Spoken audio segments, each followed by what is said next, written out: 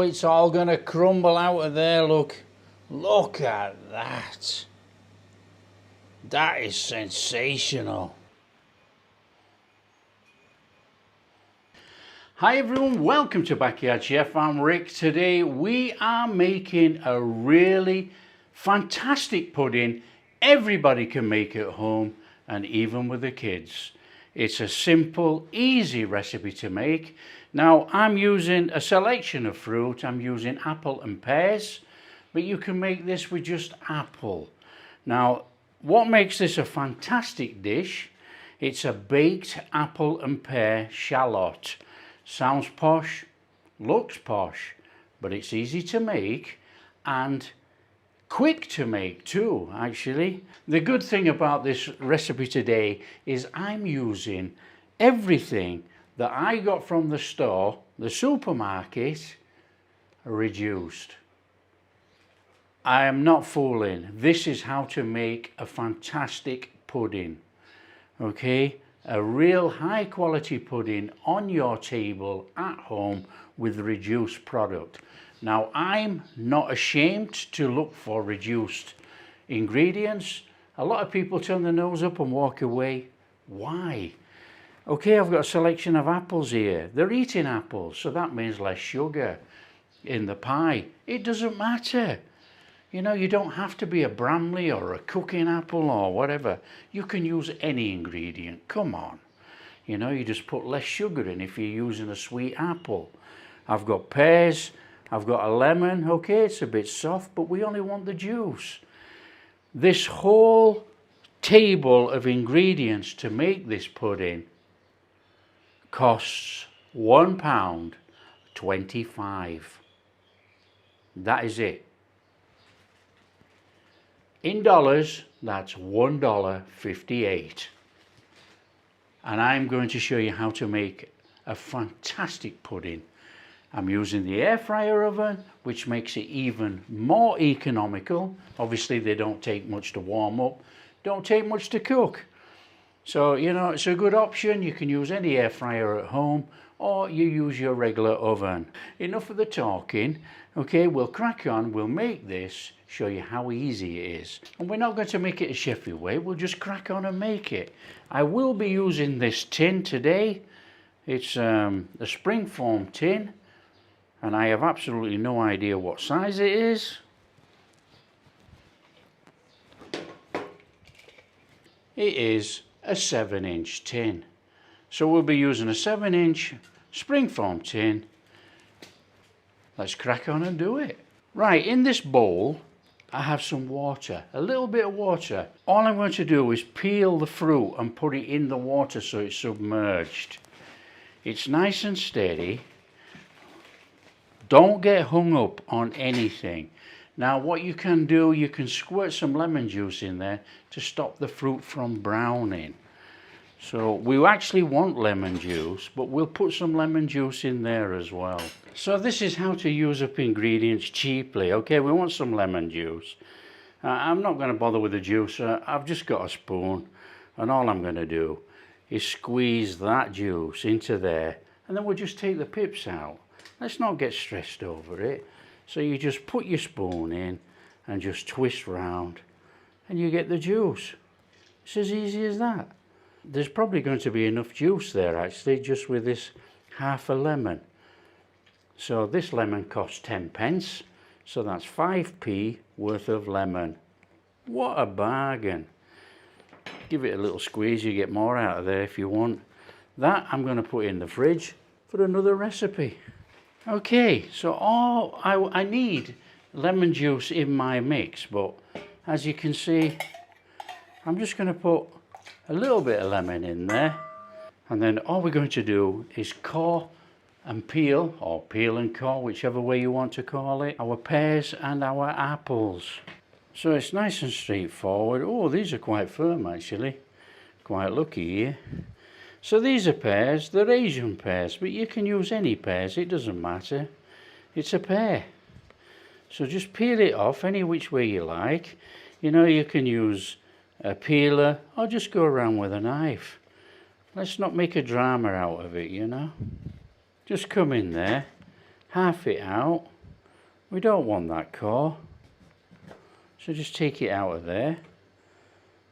We don't want that. We want to slice this, so it's nice and steady away. Just slice it, and we want some reasonable, but you can cube as well, don't get me wrong.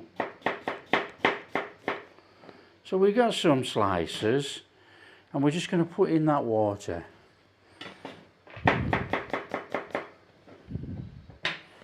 So it's nice and straightforward, look, in that water.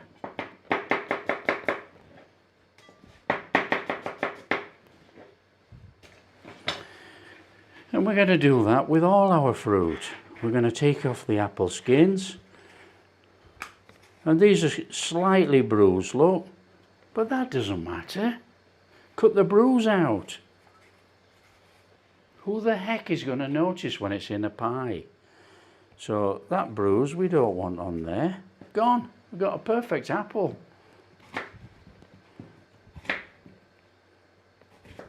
Same again, look. Just... and in that water.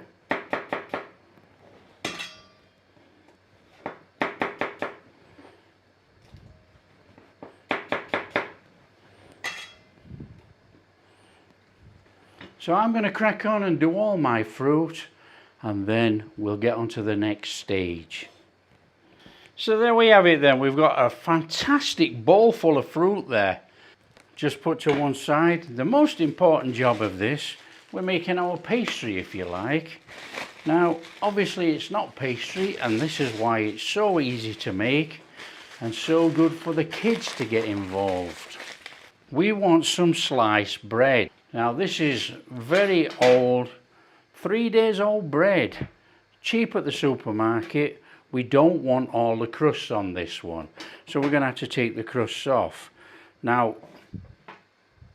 1, 2, 3, 4. This looks like it's split into 4, so we're going to come in there nice and steady. That's good dry bread, look, perfect. What we don't want is that crust on there. Now you can take it all off or a little bit off, up to you. We don't want that crust, and we don't want any of the crust this time, so we just come in and we whip off the crust.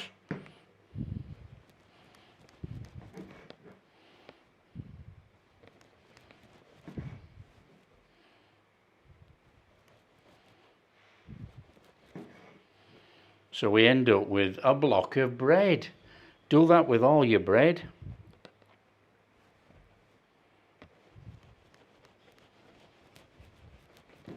There we have it. Blocks of bread, no crusts on there. Straightforward. We want to slice this. Now that's our tin. We want some slices of bread in there. The bread forms the crust on our pudding. Now I am going to come in there about yay thick.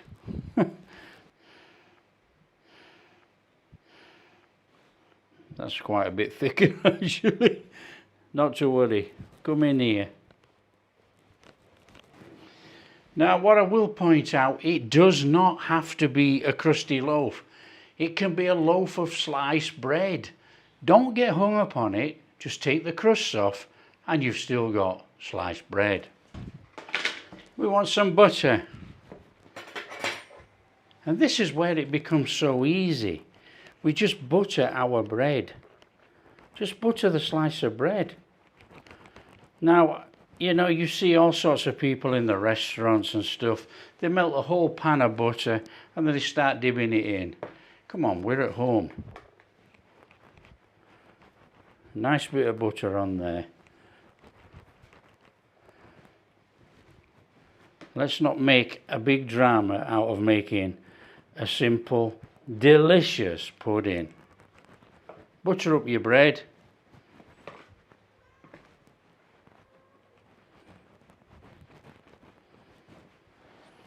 Now, of course, if you don't have butter, it works with margarine. It doesn't matter. Use whatever you have in whatever country that you're in. You know, I realise people can't get hold of butter in some countries. I've lived in those countries. So just make it the best way you can. And let everybody moan about, oh, you can't use margarine.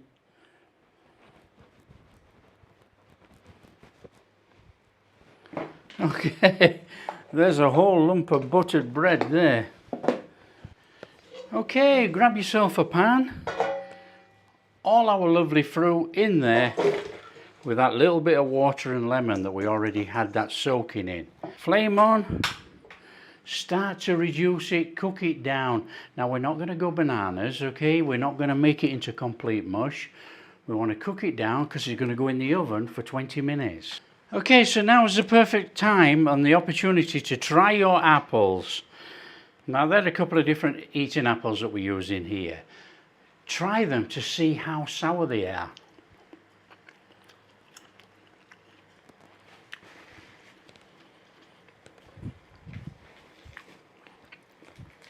Right, they're not very sour, so we're not going to go in there with much sugar. We want a little bit of sugar in because we're making an apple pie dessert. So I'm going to go in with about 1 tablespoon only. Now the sugar content is entirely up to you. You put in whatever you feel.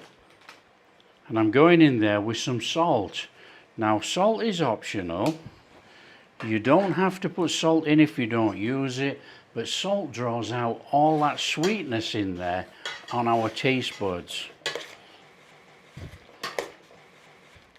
Now in good old-fashioned English recipes, we're going to go in there with some mixed spice. Recipe in the ingredient list, same as pumpkin spice in the US, across the pond. So let's give that a stirring in there. Okay, in our pan of fruit with some butter. Couple of little bits of butter in there. Give it a little stir in. Gives that extra buttery flavour. Delish. Now you can go in there with some more lemon juice if you so wish, if you want that little bit of a citrusy sourness in there. But you know the water that we used already does carry the lemon. So, but if we're just gonna, just for show, you can put in as much as you wish. That is up to you. You know, just get your spoon in, give it a taste test. See what you like.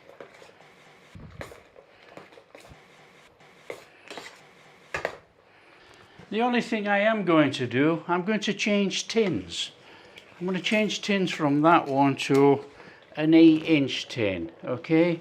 I've got an 8-inch tin here instead, because there's quite a lot of apples and there's a lot of bread. So it's going to make a nice pudding. I'll keep both out on standby, and we'll see what happens when this actually reduces a little bit. Now this is one of those recipes which is so easy to adapt. You know, you can use the apples in there, you can throw in some mixed berries, you know, you could have apple and blackberry.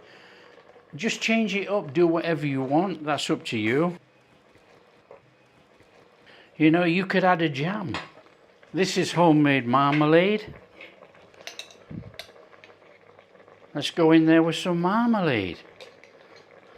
You can go in with apricot jam, you can go in with blackberry jam. It doesn't matter. You change up your pudding ingredients to suit yourself. You know, cooking is not about being hung up on some recipe. All my recipes say, taste and adjust. Put in what you like. We don't all like the same. Okay, I've made a decision looking at this and the bread. And I'm going to go for the 8-inch tin. So it depends how much fruit you have, okay? But I am going to butter out that tin. Just get some butter, run it all the way around the sides and onto the bottom of the tin. That's going to help it not stick. It could stick quite easily, don't get me wrong, but using a springform tin is a sort of a fail-safe way of cooking. you know, you can run a knife round if you think it's stuck, and then the tin will open. It's as easy as that. Don't fret. This is corn flour, about a tablespoon of corn flour, and we're just going to go in there with about a tablespoon of water. Just a guess. Give it a little mix up, and we're going to add that to our apple mixture. That's going to give us a nice little gloopy sauce inside. You don't have to do it, you could just put the apples in if you want. So let's tip that in there. Let's start cooking that in there with that. Should thicken up quite nicely into a nice thick gloopy sauce. Keep cooking, it'll keep thickening. All you've got to do is keep stirring. Make sure nothing sticks on the bottom. Okay, that's good enough for me. I don't want to go any more than that. I want some of that texture in there. You know, it's still going to cook in there in the oven. So that's it. We need to take that off, and we need to let that cool down a little minute while we assemble our shallot. Right, the assembly of this shallot can't be any easier. This is what makes it a fantastic pudding, you know, for big kids and little kids alone. All we're going to do is put the butter side down, or to the side, or to the top. The butter is going to be crisped up over the top and soaked into the bread. It's as easy as that. Now, it's simple to do. We need to put a lining on the bottom first. So all you do is get some bread. It doesn't matter how you do it. You put it on like that. So we got about 4 slices of bread there, look. Something like that. Squash. Squash it down. That is our pastry base. It's as easy as that. You know, don't get hung up on this. Squash it in there. That is our base.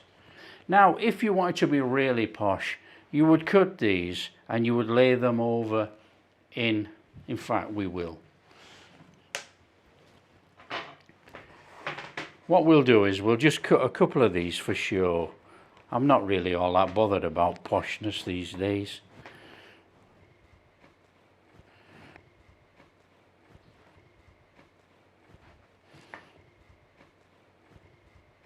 To layer up then, you want your bread. Now you can angle it, you can do what you want. So if you angle it like that, you're going to have angled design inside. Don't forget, it's always butter to the tin. So just do it like that, nice and steady. So what we're trying to do is we're putting some bread down into the bottom. That's forming the seal with the crust, and then we're just bringing it up the side, but we're squashing it in to overlap. As you can see, put that down there, so you squash that down onto the base, you overlap your bread, and you squash it together. That is it. So that is it. That is it basically. That's our pudding sides, and then we're going to keep this for the top. Now you could have poshed up the top as well if you wanted. You could have put all little triangles going in, and you could have cut around. I'll leave that to you. Right, we want a tray. That goes on our tray, and we add our mix in there. Straight in, straight all in there. Don't worry about it. Get it in.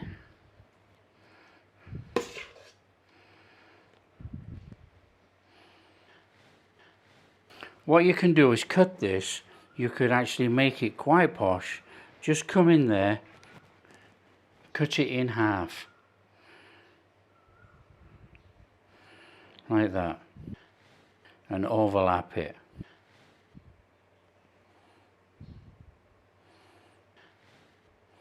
And then just bring that in there like that. Fold it over the top. And squash it down. It doesn't matter. Just squash it in like that.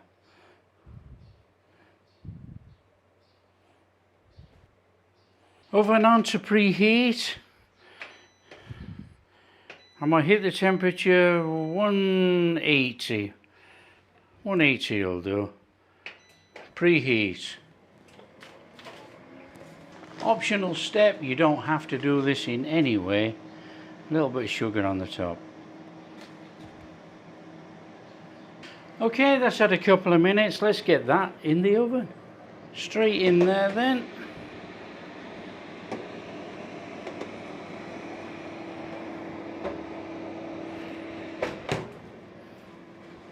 And we want to be hitting the time for 25 minutes. That's it, job done. Okay, with this dish, you have to be a little bit careful. It's starting to nice and brown over the top, but we need to have the brown sides and bottom. Now, essentially, what you're doing, you're actually cooking toast, you know, at the end of the day. And obviously it's not a pastry, bread is lighter. So what we have to do is keep an eye on it.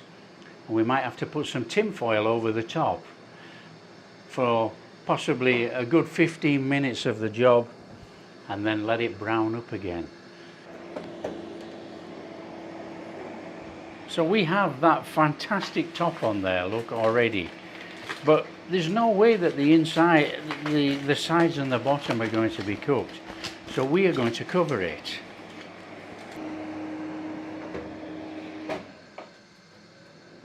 And just let it keep cooking in there for possibly, well, we've got 17 minutes, so that'll be enough to cook that in there. What we'll do, we'll give it probably 14 minutes, take the top off and let that top just brown a little bit more, and that will be our shallot made. Okay, we've got about 3 minutes on there, look. So we want to be taking that off. I can smell it cooking, it smells unbelievable, really tremendous. So let's have that off there, and let's put that back in. Let's have that 3 minutes on there. We'll have a look at it, you know, and if it's not quite browned enough, we know the sides and everything are going to be cooked. We know the interior's cooked. We don't want to brown it too much so it blackens like black toast. But you know, if it browns over and it's not quite brown enough, just give it an extra minute. And whatever you do, don't throw your tin foil away. It can be used many times. Okay, we've had enough there, look. I'm going to turn it off and we're going to bring it out. And there we have it. That is baked pear and apple shallot made. We've got a lovely crusty top on there. So we'll let it cool down a little minute. Probably going to give it 5-10 minutes actually. After 10 minutes we're going to take the ring off and let's have a look. Smells amazing. You've got that buttery apple smell everywhere. Okay, so this has cooled down a little bit on here, you know. What we need to do is take that off there. We have to get that ring off. Let's see if it comes off. Okay, so we're just going to take that there. So what we're hoping for, before I spring this out and it goes all over the place, don't forget we overlap the bread. We're hoping it's stuck together. So let's pop that off there. Oh, we're stuck at this end, look. In there with a knife.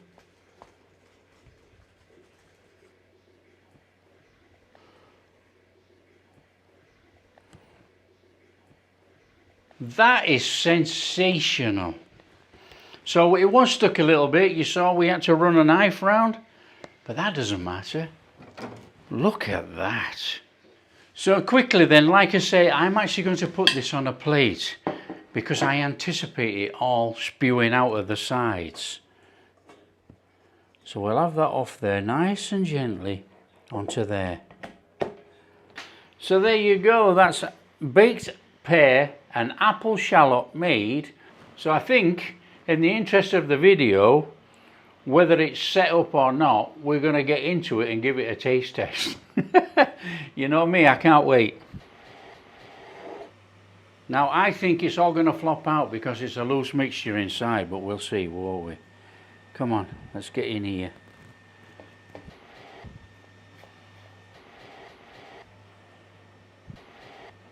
Oh, we're coming through the fruit there. I can feel it going through the fruit. We're coming in here. Oh, it's all going to crumble out of there, look. Look at that. That is sensational.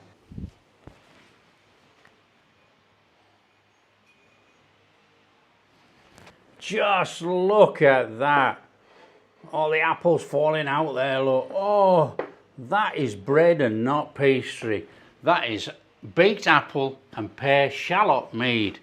Oh, and drizzle on what you want, whether you want ice cream, cream, anything.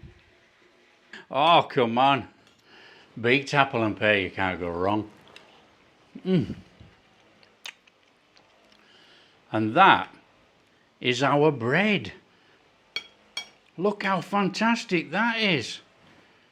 Oh, that is incredible. That is a fantastic sweet, family sweet. Look at the size of the thing. The apples still have a crunch. It is fantastic. What a dessert. Cheap family pudding, cooked in the air fryer, even cheaper. If you like what we're doing, don't forget to smash that like and subscribe. Share with your friends, all that kind of stuff. Catch you in the next video.